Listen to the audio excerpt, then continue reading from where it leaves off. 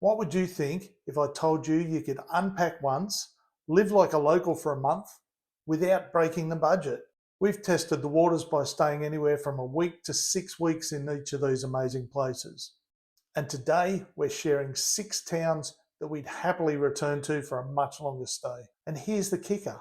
One of these turned out to be the most affordable place that we'd probably ever stayed and became one of our all-time favourites. And another one, never even heard of it until we started to do some serious research, and in the end it completely won us over.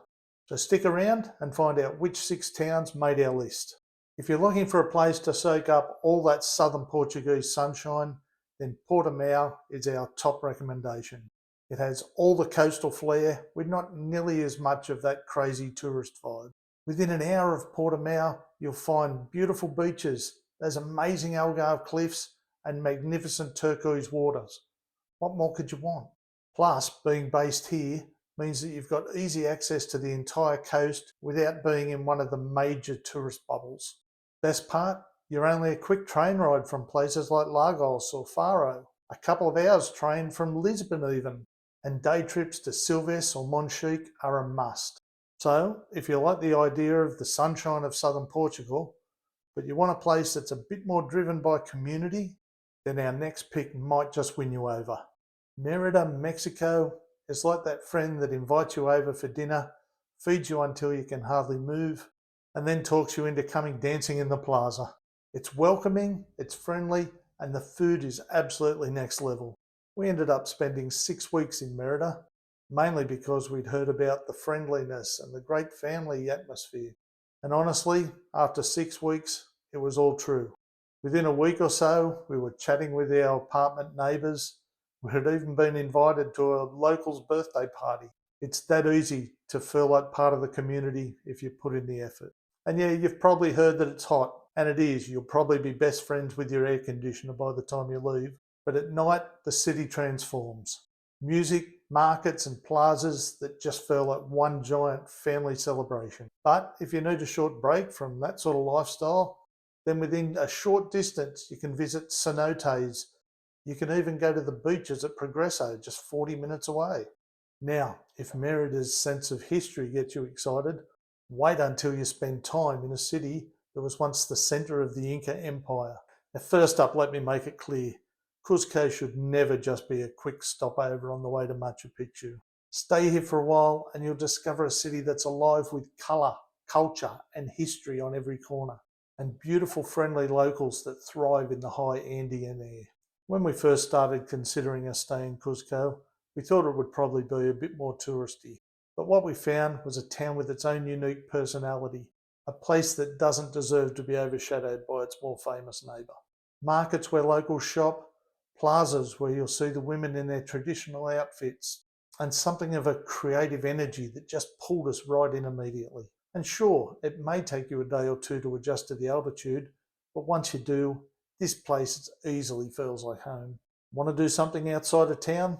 The day trip possibilities are almost endless. Incredible places like Rainbow Mountain, Ollantaytambo, the Sacred Valley, and Machu Picchu. Or for something really different, take a quick flight and do a couple of nights in the Peruvian Amazon.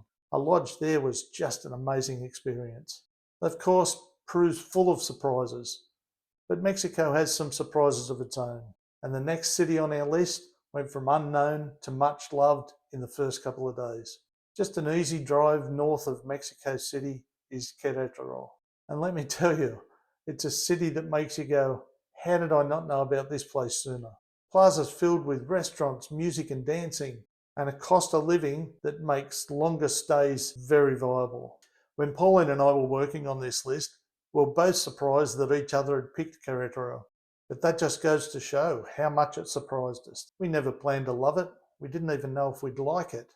But after spending time there, we felt like we'd stumbled upon one of Mexico's best kept secrets. From here, it's easy to take day trips to places like San Miguel de Allende, to Tequisquiapan for a great spa day, or to Bernal to see the impressive monolith, the Peña. It's also in the heart of one of Mexico's most famous wine and cheese regions. But honestly, just sitting in one of the historic plazas with a coffee or an ice cream, people watching is every bit as interesting. Now, it's all well and good to have all these amazing places in the Americas, but what about if you're craving a bit more European grandeur? Our next stop takes us across the Atlantic to what's been voted Europe's most walkable city. This time we've made it to Spain, and in Sevilla we found a city where history, tradition and flamenco floods into the streets. Every corner feels like a movie set, from the Alcazar's garden to the plazas filled with orange trees. It's vibrant, it's romantic, and it's the sort of place you could easily think about living. We put Sevilla on this list for its everyday comfort it offered, its history, and being a couple that loves to explore on foot, being incredibly walkable.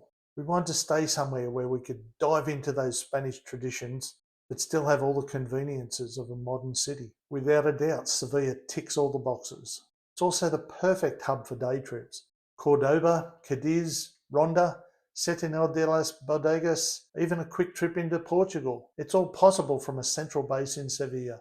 You get to experience that grand Spanish lifestyle, but without the overwhelm of busier cities like Madrid and Barcelona. But maybe Europe isn't on your agenda just now. Maybe you're looking for somewhere cheaper and a bit more exotic. So if you're looking for a place that's laid back, extremely budget friendly, and one of our favourite places in the world, we've got you covered. Our final stop on this world tour is Vietnam and the beautiful historic town of Hoi An. Arriving in Hoi An is like stepping into a lantern-lit postcard. You'll find a charming old town, amazing street food, and even a decent-sized expat community if you need that extra bit of support. And when you pair it up with nearby Da Nang, 30 minutes away, you've got the conveniences of a big city and a beach living lifestyle. We've put Hoi An and Da Nang on this list because it's the type of place you can live like king and queen without spending all of the kids' inheritance. Just because the prices are low doesn't mean you can't expect high quality accommodations, some of the best food you'll find anywhere, and people that are so warm and generous you'll probably never want to leave. Hoi An is the kind of place where living life just feels effortless. And even though there's so much to do in Hoi An and Da Nang, doesn't mean you might not want to get out of town for a day or two. And here you've got plenty of choices again. You can take in the magnificent views of Marble Mountain, spend a night or two in the imperial city of Hue, head for some cooler weather in the Central Highlands, or take a short boat ride to the Cham Islands, one of the top places in Vietnam for snorkeling and scuba diving. So there you have it. 6 places that we've already spent a week to 6 weeks staying in, and we would happily go back for a month or more if the possibility arises. And the interesting thing, each of them gave us something different, from the community vibes in Mexico to the cultural significance in Spain, right through to the amazing history in Peru. And remember the 2 places we mentioned at the start? Well, the place we had no idea what to expect, but has ended up making this list, was Queretaro in Mexico. And the cheapest place on the list that definitely deserves your consideration, Hoi An in Vietnam. A place that made such an impact during our visit last year that we're already planning to go back for a month at the beginning of next year. So, which of these towns would make it onto your long stay wish list? Drop your pick in the comments, or if you've got somewhere that hadn't made our list, we may not even know about it.